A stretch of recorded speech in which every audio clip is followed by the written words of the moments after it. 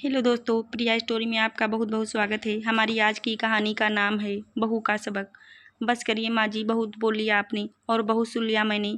कोई काम नहीं करती ना मैं, ढंग का कुछ नहीं आता ना मुझे करना। तो आज के बाद आप लोग अपना काम खुद करेंगे। मैं किसी की नौकर नहीं हूँ। पूरे दिन खड़े रहने के बावजूद भी सबकी गालियाँ सुनती रहूँगी, कहते हुए गुस्से में पैर पटकती हुई अनुभा अपने कमरे में चली जाती है। अनुभा का गुस्सा देख रजनी जी सर पकड़ के बैठ जाती हैं और मन ही मन बड़बड़ाने लगती हैं। क्या गजब की बहू पाई है मैंने, मेरी भी किस्मत चमक गई इसे पाकर। एक काम ढंग से नहीं आता है, एक कप चाय तो ढंग से बनती नहीं है, खाने की तो बात दूर की है, दिखाने के लिए पूरे दिन किचन में खड़ी रहती है। आज चाय में चीनी थोड़ा ज़्यादा हो गई थी, जिसके चलते रजनी जी अपनी बहू अनुभा के ऊपर लगातार चिल्लाए जा रही थी। ऊपर से अनुभा का इस तरह बोलना रजनी जी को और भी ज़्यादा लग गया। अब बात उनके अहंकार पर आ गई थी कि बहू की हिम्मत कैसे हुई मेरे सामने खड़े होकर जुबान लड़ाने की। आने दो आज अजय को, आज इसकी अकड़ ढीली कराती हूँ। शाम को जैसे ही अजय घर आया, रजनी जी ने अपना रोना धोना बेटे के आगे शुरू कर दिया। वाह बेटा, तुम्हारी पत्नी तो बहुत अच्छे गुल खिला रही है। जीना दुश्वार कर दिया है उसने मेरा। तुम तो दिन भर ऑफिस में रहते हो, तुम्हें पता भी नहीं चलता है कितना जबान लड़ाती है मुझसे। बात बात पर चढ़ जाती है लड़ने के लिए। आज सुबह भी मुझे इतना भला बुरा कहा कि मैं तुम्हें बता नहीं सकती हूँ। ऑफिस से आते ही अजय को अनुभा की शिकायत मिल गई। ऊपर से माँ का रोना देख अजय का खून खौल उठा। वह तुरंत कमरे में जाकर अनुभा के ऊपर चिल्ला पड़ता है। अनुभा, यह क्या बदतमीजी हो रही है मेरे घर में? ये क्या सीख कर आई हो तुम? यहीं सिखाया तुम्हारे माँ बाप ने? तुम मेरी माँ से छोटी छोटी बातों पर लड़ना सीख गई हो। तुम्हें शर्म नहीं आती है? वो तुम्हारी माँ की उम्र की हैं, तुम उनसे लड़ती हो। क्या लड़ा है मैंने अजय? माँ जी से क्या कहा है मैंने? माँ जी को क्या नहीं कहा बहू? क्या छोड़ा है कहने के लिए? तब तक पीछे से रजनी जी भी आ जाती हैं। क्या कहा माँ जी? ऐसा क्या कह दिया जो आप इतनी हाय तौबा मचा रही हैं? चार बातें तो आप मुझे सुनाई, ऊपर से रोना धोना भी आप कर रही हैं। मैं नहीं रो रही, इसका मतलब सारी गलती मेरी है। और अजय, तुम हर बात में मेरे माँ बाप पर क्यों जाते हो? मैं खड़ी हूँ, मेरी गलती है, तुम मुझसे कहो। बार बार माँ बाप पर जाने की क्या ज़रूरत है? क्यों नहीं जाएगा माँ बाप पर? क्यों नहीं जाएगा? तू रोकेगी उसे? इतनी है तेरी में हिम्मत? तुम्हारे माँ बाप ने ही तो बर्बाद कर दिया है मेरा घर। जाने क्या संस्कार तुम्हें दिए हैं। न बोलने की तमीज़ है, ना कुछ काम करने का ढंग है। भिखारी की तरह लाकर पटक दिया मेरे घर पर। खबरदार माँ जी, आपको जो भी कहना है आप मुझे कहिए। मेरे माँ बाप पर जाने की बिल्कुल ज़रूरत नहीं है। और भिखारी तो उन्हें गलती से भी मत कहिएगा। किधर से भिखारी दिखते हैं वह आपको? अरे भिखारी को भिखारी ही कहेंगे ना। अच्छा लड़का देखा, अच्छा घर बार देखा, लाकर पटक दिया नौटंकी बेटी को। न ढंग का खाना बनाना सिखाया है, न ढंग का काम करना सिखाया है, न ढंग का चीज़ सामान दिया है। भिखारी की तरह बेटी की विदाई कर दी है। ऐसे कौन करता है अपनी बेटी की विदाई? माँ जी, क्या बकवास कर रही हैं आप? क्या भिखारी की तरह दिया है मेरे माँ बाप ने? ऐसी कौन सी चीज़ है जो उन्होंने दिया नहीं है? आप यह बताइए। TV, fridge, cooler, washing machine, bed, sofa, गाड़ी, पैसे, गहने, ज़रूरत का हर सामान, क्या कुछ नहीं दिया है जो आप उन्हें भिखारी बना रही हैं? क्या दिया है बहू? तुझे तो बड़ा अपने बाप के दिए पर घमंड है। क्या दिया है हमें ज़रा बताना। TV, fridge, sofa, washing machine, bed, यह सब मैं इस्तेमाल करती हूँ। यह सब कुछ तुम इस्तेमाल करती हो ना। तुम्हारे ही ज़रूरत की चीज़ तो तुम्हारे माँ बाप ने दी है। हमें क्या दिया है? टीवी तुम्हारी है, दिन भर तुम देखती हो, सोफ़े पर फैल कर, बेड पर तुम सोती हो। देख लो अजय, अगर मैं कुछ बोलूँगी तो आप कहोगे कि मेरी माँ से ज़बान लड़ा रही हो। देख लो छोटी सी छोटी बात पर कैसे मेरे माँ बाप के पास पहुँच जाती हैं। ऐसा क्या चीज़ इन्होंने अपनी बेटी को दी है जो मेरे माँ बाप ने मुझे नहीं दी? मेरी बेटी की तुलना तो तुम 7 जन्मों तक नहीं कर पाओगी। मैंने इतना अपनी बेटी को दिया है ना कि उसके ससुराल वाले सालों बैठकर खाते भी रहेंगे और इस्तेमाल करेंगे। तुम्हारी तरह नहीं आई बड़ा जबान लड़ाने वाली। कहते हुए रजनी जी गुस्से में अनुभा के कमरे से बाहर चली जाती हैं। अजय भी अपने हिसाब से खूब अनुभा को उल्टा सीधा बोलता है और साफ साफ अनुभा से कहता है, अनुभा, अगर तुम अपनी हरकतों से बाज नहीं आई तो वह दिन दूर नहीं है जब तुम्हें तुम्हारी मायके भेज दिया जाएगा। अजय, इतना आसान है क्या मायके भेज देना? मैं कोई कठपुतली हूँ जिसके जब मन में आया वह तब सुना के चला जाए, जिसके मन में जब आएगा वह मायके भेज देगा। इतनी भी बेचारी नहीं हूँ मैं कि छोटी छोटी बातों से तंग आकर मायके चली जाऊंगी या तुम लोगों के भेजने से चली जाऊंगी। इज्जत के साथ, पूरे मान सम्मान के साथ इस घर में ब्याह कर आई हूँ, बहू हूँ इस घर की, इसलिए बात बात पर यह धमकी देना छोड़ दो। देखो अनुभा, 2 दिन बाद मम्मी पापा की एनिवर्सरी है।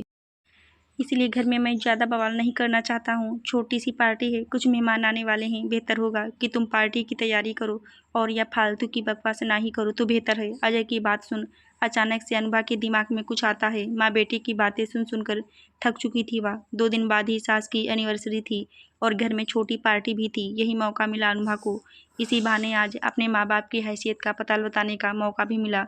कुछ सोचते हुए अनुभा ने अगले दिन अलमारी में से अपने कुछ गहने निकालकर रजनी जी के पास गई और उनसे कहा, माँ जी आप 1 मिनट के लिए लॉकर की चाबी दे दीजिए, मैं अपने बाकी के गहने भी उसमें रखना चाहती हूँ। इतना सुनते ही रजनी जी खुश हो गईं। चलो कम से कम बहू को अक्ल तो आई। खुशी खुशी तुरंत ही अलमारी की चाबी अनवा को दे देती हैं। अनवा गहने रखने के बहाने सास के लॉकर में से अपने सारे गहने निकाल लेती है और बिना रजनी जी को बताए ले जाकर चुपचाप अपनी अलमारी में रख देती है। असल में अनुभा के सारे गहने रजनी जी ने लेकर रख लिए थे, यह कहकर कि यह गहने वे संभाल के रखेंगी, तुम्हें जब चाहिए तो ले लेना। और ज़रूरत के समय कभी भी वह पूरा गहना अनुभा को नहीं देती थी, बल्कि अगर उन्हें कहीं जाना रहता था किसी शादी विवाह में तो ज़रूर अनुभा के गहने पहन के निकल लेती थी। एक बार भी अनुभा से पूछना ज़रूरी नहीं समझती थी। अब अनुभा को अपने गहने मिल गए थे। अब बारी थी गाड़ी की। अजय के जाने से पहले ही अनुभा ने गाड़ी की चाबी छुपा दी। अजय जब ऑफिस जाने के लिए तैयार होने लगा, चाबी ढूंढने पर भी ना मिली तो चिल्लाने लगा, रजनी जी यहाँ वहाँ दौड़कर चाबी ढूंढ रही थी। अजय अनुभा के ऊपर चिल्लाते हुए बोला, अनुभा मैं कब से परेशान हूँ, मुझे लेट हो रहा है, तुम्हें अकल नहीं है कि चाबी ढूंढ कर दे दूँ। अजय चाबी खोई कहाँ जो तुम्हें ढूंढने की ज़रूरत पड़ेगी? क्या मतलब या कि गाड़ी मेरे बाप ने दी थी मेरी यूज के लिए, इसलिए मुझे मार्केट जाना है, मैंने गाड़ी की चाबी रख ली है। तो तुम गाड़ी की चाबी लेकर क्या करोगी? तुम्हें गाड़ी चलानी आती है क्या? हाँ तो कोई बात नहीं, मैं किसी को बुला लूँगी, बैठ कर तो जा सकती हूँ ना। वह भी गुस्से में बोला, हाँ तो ठीक है रख लो, तुम्हारे बाप की दी हुई गाड़ी है ना, तुम्हें क्या लगता है मैं गाड़ी नहीं खरीद सकता? बिल्कुल खरीद सकता हूँ गाड़ी, किसी के एहसानों पर पलने की ज़रूरत नहीं है मुझे, रखी रहो तुम अपनी गाड़ी। कहते हुए अजय गुस्से में चला जाता है। अब अजय ऑफिस चला गया था। रजनी जी घर पर ही थी। वह अपनी एनिवर्सरी में पहनने के लिए नई साड़ी लेने मार्केट जाने वाली थी। जैसे ही दोपहर को रजनी जी मार्केट गईं, अनुभा तुरंत ही हाल में से टीवी ले जाकर अपने कमरे में लगा लेती है। सोफा टेबल सब कुछ ले जाकर अपने कमरे में जैसे तैसे एडजस्ट कर लेती है। फ्रिज भी लॉक कर देती है, यहाँ तक कि वॉशिंग मशीन भी घसीट के अपने कमरे में रखवा लेती है। छोटी से छोटी चीज़ जो उसके मायके से आई थी सब कुछ निकाल कर ले जाकर रख लेती है अपने कमरे में। उसका कमरा बुरी तरह से भर गया था, पाँव रखने तक की भी जगह नहीं थी। रजनी जी के आने तक वह अपना सारा सामान अपने कमरे में रख चुकी थी। रजनी जी मार्केट से आकर सीधा अपने कमरे में गईं। साड़ी के साथ गहने का सेट लगाकर देखने लगी कि कौन सा हार कौन नेकलेस उनके ऊपर अच्छा लगेगा। जैसे ही गहनों का डिब्बा उठाई, डिब्बा हल्का था। खोल के देखने पर गहने गायब। गहने न मिलने पर रजनी जी भड़क जाती हैं और तुरंत ही भागते हुए अनुभा के पास जाती हैं और गहनों के बारे में पूछती हैं। अनुभा ने भी 2 टूक सा जवाब दे दिया, माँ जी वो गहने मेरे थे ना, तो मैंने अपने पास रख लिए क्योंकि मेरे बाप ने मेरे लिए दिए थे। अनुभा की बात सुन रजनी जी गुस्सा हो जाती हैं और तुरंत ही पाँव पटकते हुए हाल में आईं।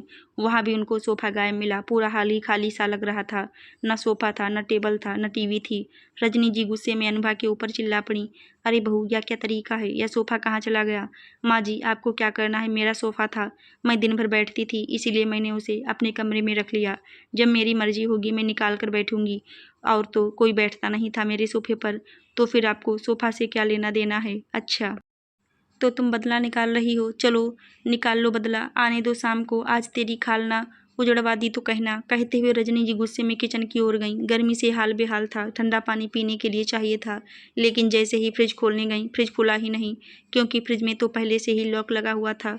अब प्यास से रजनी जी की हालत खराब हो रही थी। ठंडा पानी उन्हें जल्द से जल्द चाहिए था। गुस्से में गिलास उठाकर पटक दिया उन्होंने और चिल्लाते हुए अनुभा से बोल पड़ी, अब क्या फ्रिज में भी लॉक लगा कर रखोगी महारानी? बिल्कुल, क्योंकि यह मेरी यूज का है, मेरे बाप ने दिया है और इसे बस मैं ही इस्तेमाल करती हूँ, इसलिए मुझे जब प्यास लगेगी मैं फ्रिज खोलकर पानी पी लूँगी।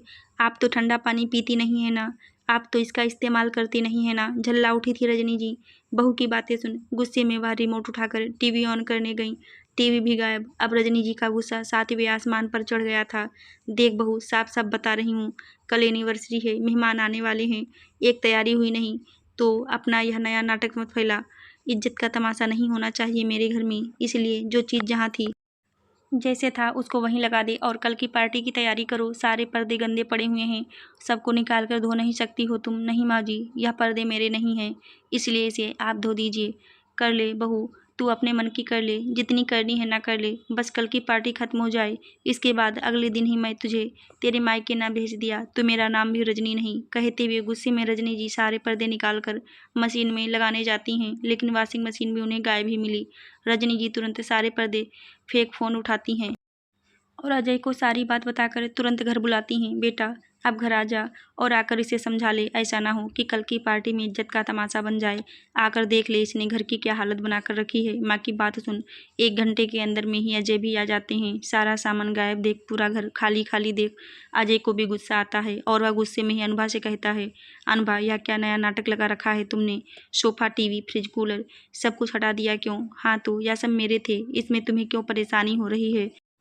मेरे थे ना, मैं इस्तेमाल करती थी ना, इसलिए मैंने अपने कमरे में रख लिया। अब तो ठीक है ना? इतना सुनते ही रजनी जी समझ गईं कि अनुभा यह सब कुछ कल की बात को लेकर ही कर रही है। अब रजनी और अजय के आगे एक नई समस्या खड़ी थी। घर पूरा सूना सूना सा लग रहा था, बिल्कुल ही बिखरा हुआ था। ऊपर से कल पार्टी थी, मेहमान भी कल आएंगे। अगर घर ऐसे ही रहा तो फिर तो उनकी इज्जत ही चली जाएगी।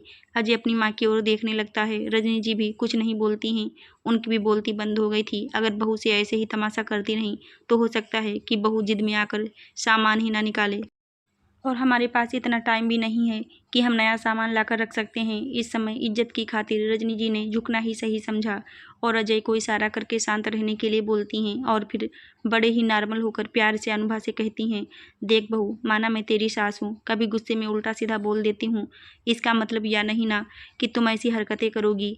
अब घर में सामान है तो पूरा परिवार ही उसे यूज करेगा ना। माना कि माँ गुस्से में बोल देती हैं, लेकिन गुस्सा इज्जत से बढ़कर नहीं होता है। इस घर की इज्जत तुम्हारी भी तो इज्जत है। अब जो हुआ उसे भूल जा। आज के बाद तुम्हारे मायके वालों को कोई कुछ नहीं कहेगा। मुझे भी माफ़ कर दो और सारा सामान बाहर निकाल दो।